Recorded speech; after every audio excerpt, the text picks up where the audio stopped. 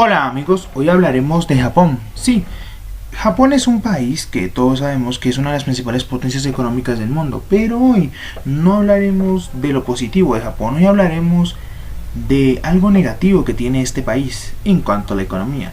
Siempre se nos ha dicho que Japón es un país puntero en varias cuestiones, pero eso no implica que económicamente esté pasando una crisis.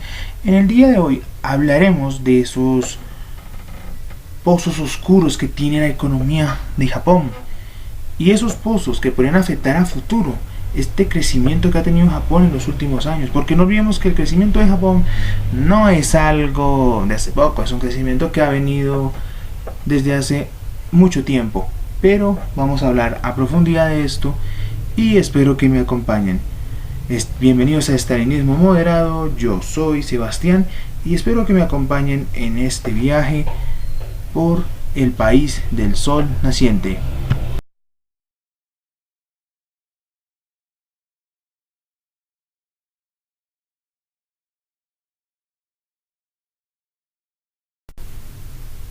El pasado 22 de octubre, en Japón hubo elecciones legislativas y el ganador por tercera vez consecutiva es Shinzo Abe, el actual primer ministro.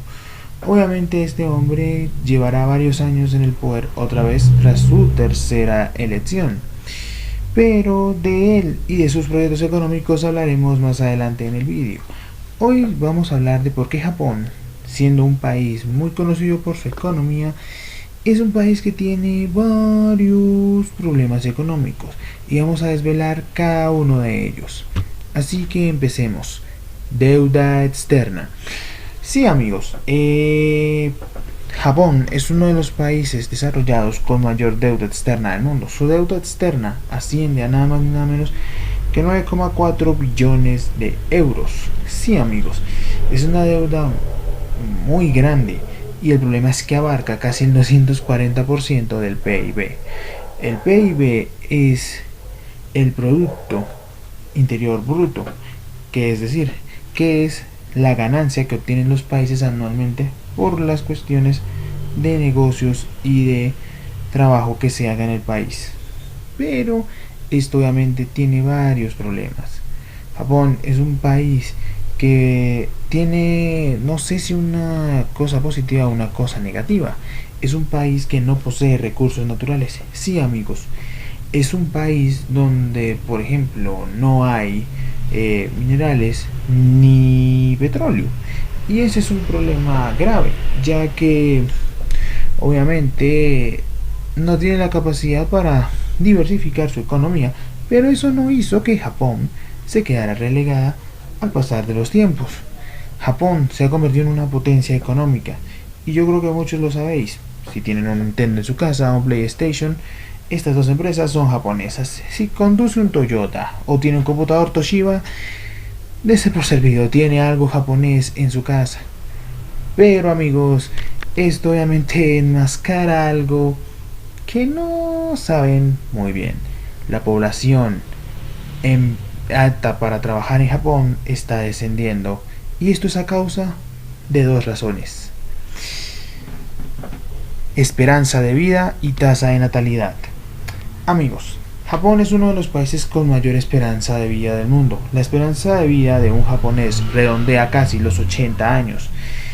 Y esto conlleva a otros problemas. La tasa de natalidad en Japón es muy baja, ya que las parejas japonesas no tienen hijos porque consideran que tener un hijo es un gasto innecesario para su economía.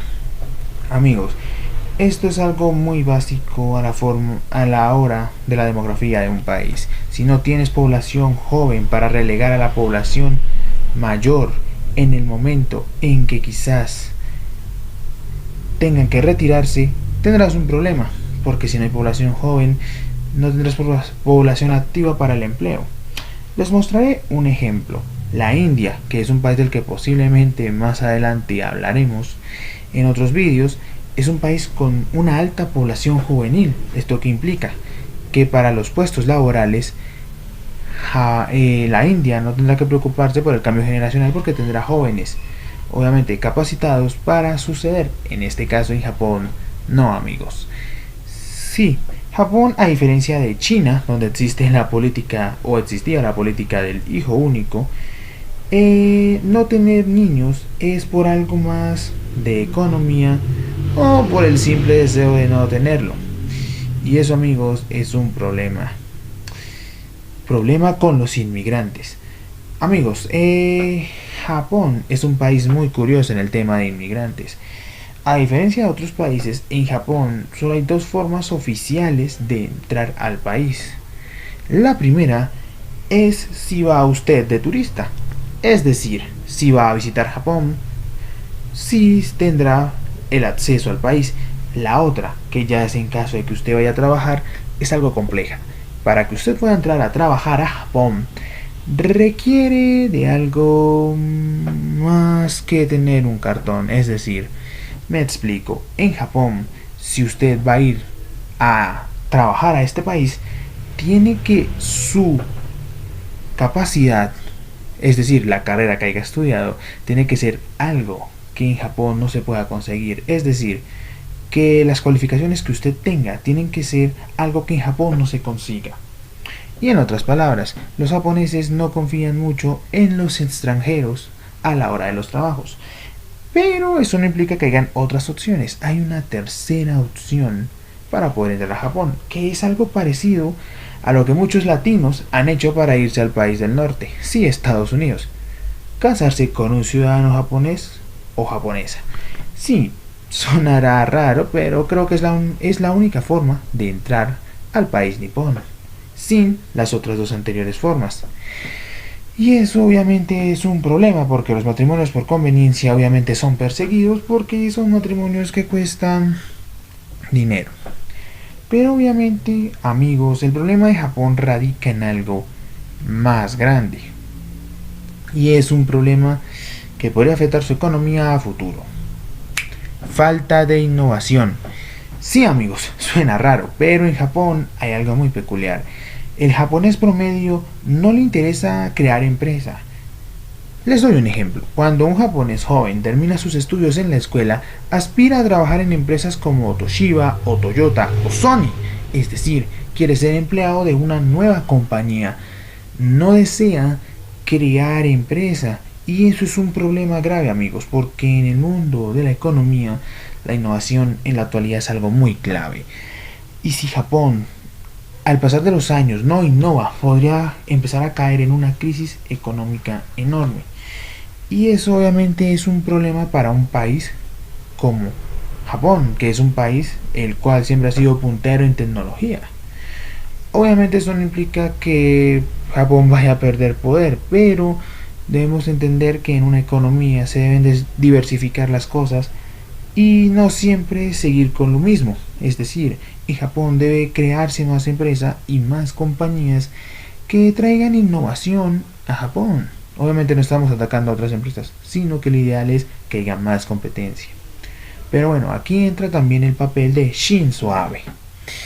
Shinzo Abe en el año 2012, cuando ganó sus segundas elecciones, propuso las famosas Abenomics. Abenomics. Las Abenomics eran unas políticas económicas bastante curiosas para el interior japonés. Se resumen en, por ejemplo, permitir la inversión extranjera y la flexibilización económica, es decir, económica y laboral, perdón. Es decir, que sea más flexible las tasas de interés en Japón y que se permita el comercio con el extranjero o la entrada de comercio del exterior. Obviamente esto es algo muy raro para una economía como la japonesa, pero es las soluciones que cree Shinzo Abe puedan ayudar a que la economía de Japón pueda crecer y que su inflación baje.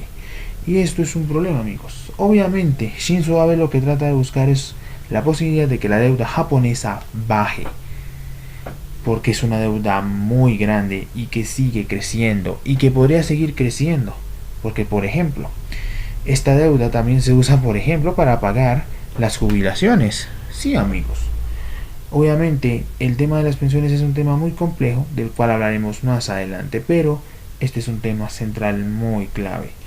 En Japón obviamente lo ideal sería abrir las puertas a los extranjeros, permitir que el extranjero pueda crear empresa en Japón para evitar que la economía japonesa caiga en picado, porque si la población cualificada laboralmente se acaba en Japón, el país nipón entrará en una crisis y no sabemos cómo la pueda solucionar. Pero bueno, es turno para ustedes.